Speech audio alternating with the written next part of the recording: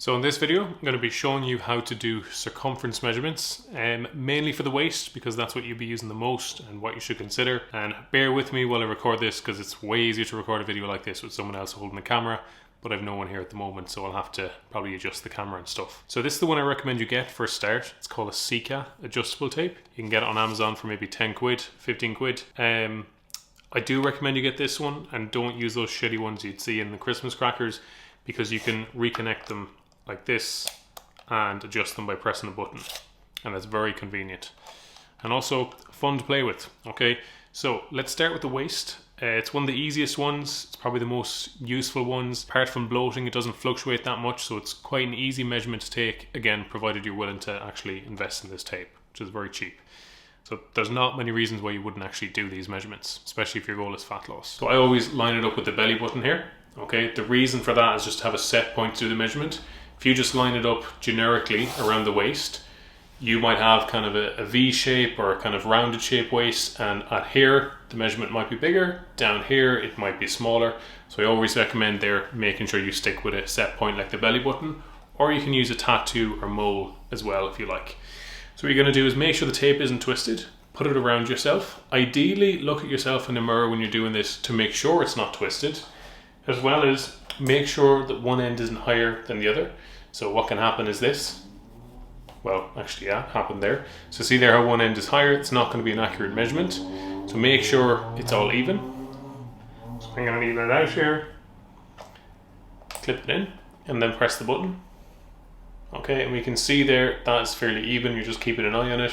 Then you read the measurement off the sides of the tape. Okay, and then you unclip it and you read what the measurement is here. Okay, and then you can put that into Stridus. I'll put a little tutorial in here showing you how to add in the circumference measurements. So another one you might choose to do is the arm or the leg. These ones are a little bit harder because you don't have a belly button on your arm or leg, so you'll have to use something like a tattoo or a mole to get a specific point to control for, again, making sure it's the same height up and it's the same point that you're measuring. The reason you might do these measurements is if you want to lose fat around your leg and you want to see progress with that over time. You'd probably see it quicker with a tape than you would with progress pictures or the scales. Same with the arms. And then also, maybe if you have goals around building muscle, it will be handy for you as well to, again, check the thighs and check the arms. Now, some coaches will get people to do the chest, but the issue I have with the chest is that it's actually very hard to measure it right, as not only do you have to keep your two arms down by your side like this and not move them, you also have your shoulder blades that will get in the way. So you have bony parts of your back that will stick out, and the tape can easily flick up and down those, and making it's an incredibly inconvenient thing to measure, basically. We don't need to go to that level, especially if you're doing progress pictures and weigh-ins alongside this. Okay, so honestly, just keep it simple. So if you're doing the arm, then what I recommend is making the loop first, putting your arm through. Again, making sure you have a set point on the arm with a mole or a tattoo, or measure up from the middle of the elbow or down from the shoulder, and then you read the measurement off that. Okay, so you unclip it and then you check what it is.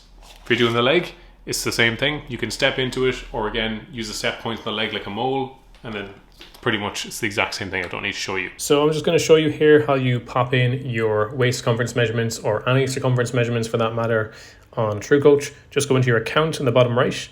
I've actually went into this already, so I'll go out. Then you'll see metrics. Click on metrics, and then you'll see the one there that you want to add to. So if you can't add anything to this yet, that's because I haven't added it on my end, because sometimes with people I work with, I'll take different measurements and not everyone will choose to do waist circumference measurements. So if you have them, you will click into them like this, waist circumference. Here you'll see a graph of what you've already logged. You can actually edit previous measurements as well if you put them in wrong or if the date was wrong. So I'm just going to go back out there, and we'll click the plus at the top right here to add a new measurement. We'll put in the result we got. So let's say it's 78. And then it automatically sets to today's date. If you're changing the date, just flick through them like this. Okay, so it automatically sets for today's date. We're going to keep it as is, and then we're just going to click save. And that will add it.